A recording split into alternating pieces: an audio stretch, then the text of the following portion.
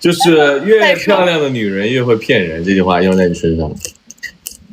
不是，底下全在说好心疼陪过旧。对面是手铐哥，手铐哥，你粉丝给我取的名字是吗？还有人看过我演天地，我也演过哪个频道？被圆圆掰弯，我真的我都超无语。底下人都在说好心疼陪过旧，说好可怜。没办法，那证明苏雪曼老师演得好，成功把读者骗到了，观众有代入感，知道吗？手铐哥还挺帅的，谢谢苏姐，谢谢。讨喜了，我嫉妒了。什么？你嫉妒了？怎么你就嫉妒了？我说你这个人设太讨喜了，所以我嫉妒了。你的人设不好吗？其实你的人设不太好，但是嬷嬷帮你改回来了很多。嬷嬷帮你改回来了。那还好，我感觉我自己演出来好像没有那么渣。也不渣了，你有大家多多支持我们俩的剧《雾锁香山月》，真的好看。其实他们没有说，就你走的那天，你离开我的那天。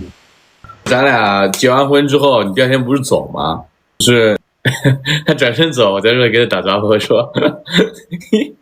我说那段你们觉得怎么样？我跟他说我等你，他回头看我的时候，我再给他招手，把他等着。望夫石是吧？很傻，很单纯。变黑化了，后来他们说我太好哄了，黑化也黑化不起来，亲一下就好了。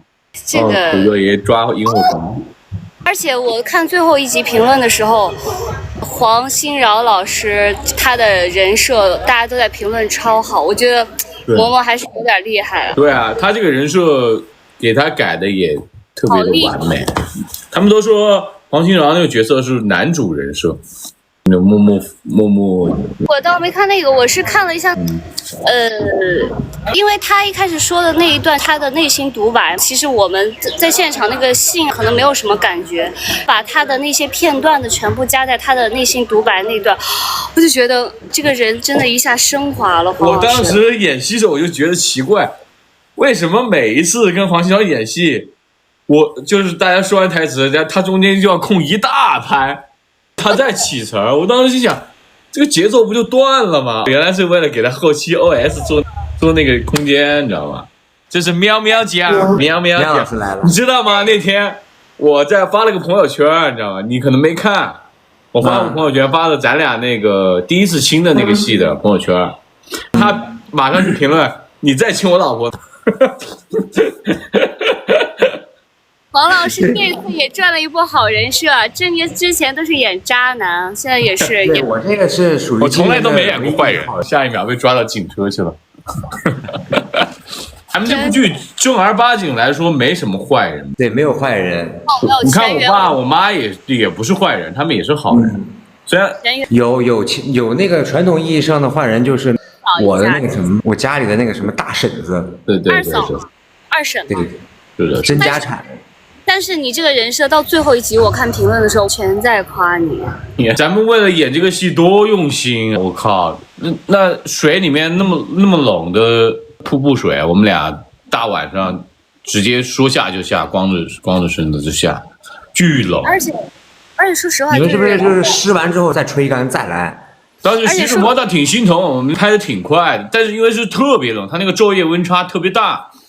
我们喝姜茶，我喝姜茶都没用，他倒还好。其实他比我更辛苦，他下了2次的。我这里我要给大家说一件事儿。那天我们去拍那个戏的时候，咱们的就是沈秀年老师连水都没有下，咱们的那个就是裴国舅老师下了水。第二天俩人都病倒了，又是发烧又是咳嗽的。我没有事儿，你说他俩多？他，咱们每个弹幕选一个。我的弹幕你们可以问他们俩一人一个问题，你的弹幕可以问我们俩一人一个问题，黄金瑶的弹幕可以问我们俩一人一个问题，就这样，咱们一轮来，好不好？这样好玩一点。OK， 你们先让大家也可以跟我们互动起来。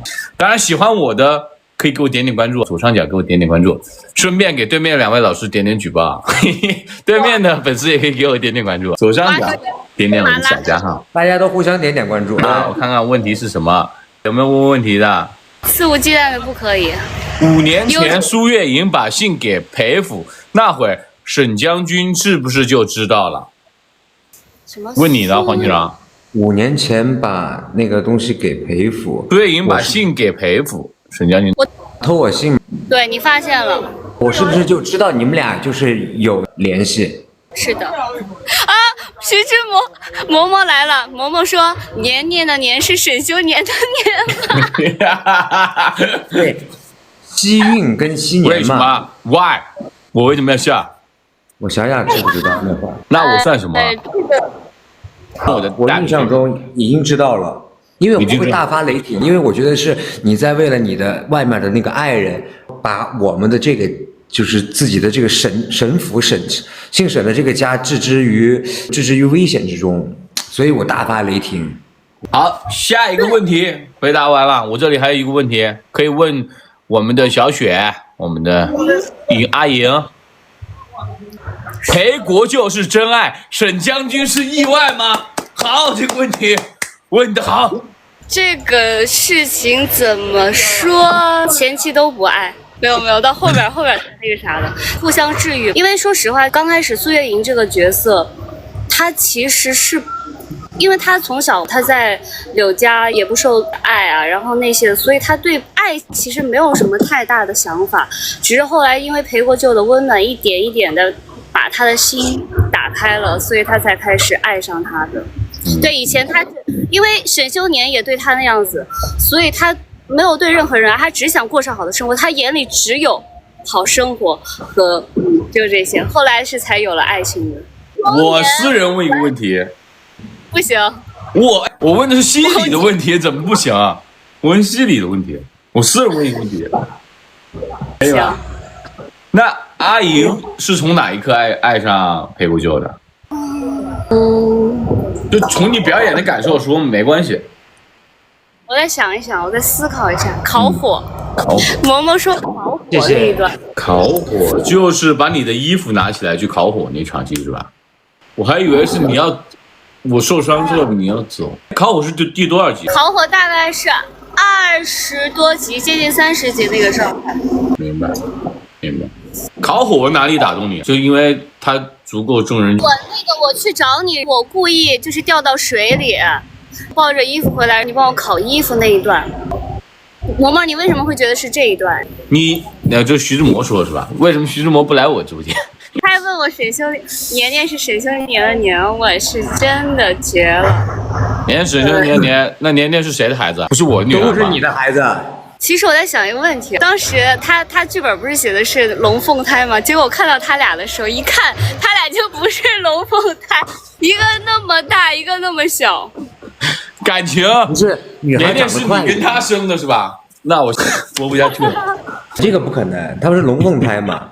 就只是说起名字的时候，我觉得应该是那个柳馥甄在起名字的时候，觉得还是对我有些那么一点点微微的愧疚，所以起名字的时候加了那么半个偏旁部首的年字。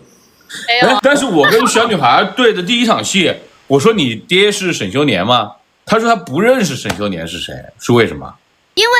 因为就是这期间他不是去打仗了吗？你们俩不是去打仗了吗？所以他那会儿他也没见过他爹，他不知道他爹叫什么吧？对，他姓沈，他不知道他爹叫什么，所以他会误认为你是他的爸爸。因为他妈天天画我那幅画。他们是我在刷弹幕的时候，他们有说裴国舅对苏月莹是一见钟情，是吗？他不有相好吗？你说我对你吗？对啊，对苏月莹这个角色。其实不是一见钟情，但是我觉得他是这样的，因为裴国舅这个人设，从人设的角度去考虑，他本来是那种天之骄子，他的地位很高，功高震主的，被迫害，到了香山这样一个环境里，他是过得很凄惨。这个时候，女主这么一个很生动的一个人，很活灵活现的一个人来到这里去温暖他。我觉得打动我的第一瞬间应该是你给我拿那个好吃的绿豆糕呢。其实一开始对你没有什么特殊的情感，只是说单纯的去救了这个女孩，但这个女孩又很主动，我是会有一点不太适应的。等到后来你给我吃绿豆糕，就感觉在一个，因为而且沈修年的原生家庭很严肃嘛，裴国舅的原生家庭很严肃嘛，他的爸爸妈妈对表达爱的方式都不是那种很浅显易见的，你知道吧？他就是相当于在他的自己的视角里，他就是没有人爱，没有被爱过，不知道怎么去爱。等到女主见到我，温暖我，我感受到的时候，你知道，当人在绝境里面抓住一点光，他都会把那个光无限的放大。所以从那一刻开始起，他就开始变得慢慢的很爱很爱。其实这个也就是属于有苏月莹和裴国舅他们俩共同点，就是苏月莹以前也从未感受到爱，裴国舅也是如此。对。然后两个人突然互相在相处的过程当中，某些行为互相温暖到了对方。是的，两个原生家庭的痛，真的是他们都，我觉得他有一条评论，我觉得总结的挺好，就是两个小苦瓜，互相救赎的故事。三个原生家庭的痛。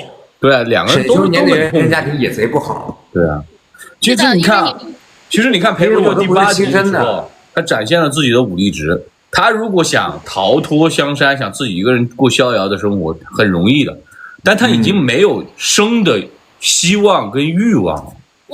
我觉得就宁愿死，他也要留着一身清白。对啊，他没有生的，是你的出现，让我有了生的欲望。